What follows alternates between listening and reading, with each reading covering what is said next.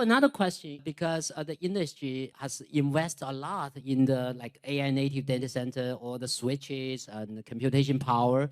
But by investing billions of dollars, do you think this is sustainable? I'm pretty positive on this question, but a lot of investors have doubt on that, whether this is sustainable for the infrastructure investment. So the question that we really have to think about here is, I think it's more of a long-term view on this technology versus 2 to 3 years or even 5 years. The view that we have at Broadcom is we think of any investment for a decade, literally. So as I said to you, Broadcom equals technology.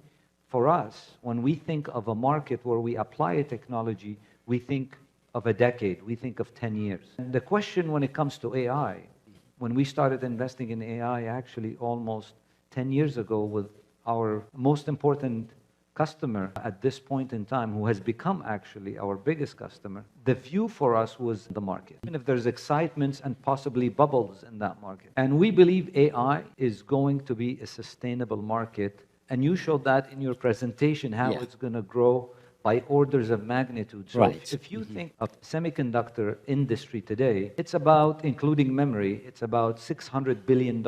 And I believe more than $1 trillion by the end of this decade. 2030, my view is this will be larger.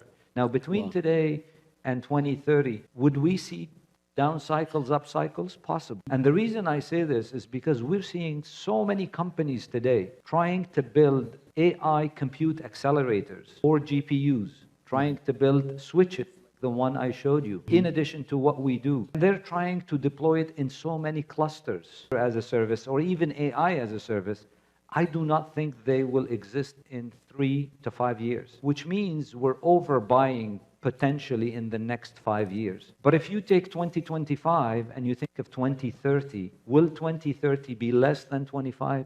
No, I think it'll be larger. And honestly, that's why I'm excited about this. However, be careful. There's going to be many, many companies trying to do these technologies.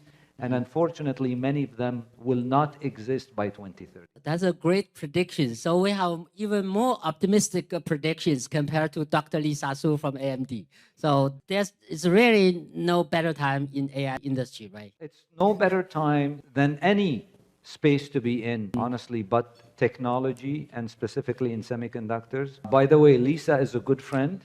I am not forecasting it'll be bigger. Just for the record, I'm forecasting the entire semiconductor industry will be larger than $1 billion. But I tell you, $1 trillion, that is. I tell you, I think my view at this point in time is anybody who wants to study any domain in technology, or even outside technology, my advice, including to my children and a lot of my employees and my colleagues at Broadcom, is you should get an education or a course or teach yourself how to use these tools that are becoming available to us. They're extremely powerful. I use them for work. Of course, you have to be careful of what kind of technology IP you use at the end of the day. I use ChatGPT, for example, at least 3-4 times a week. And if you know how to use these tools, it will significantly improve as well your productivity and innovation at work.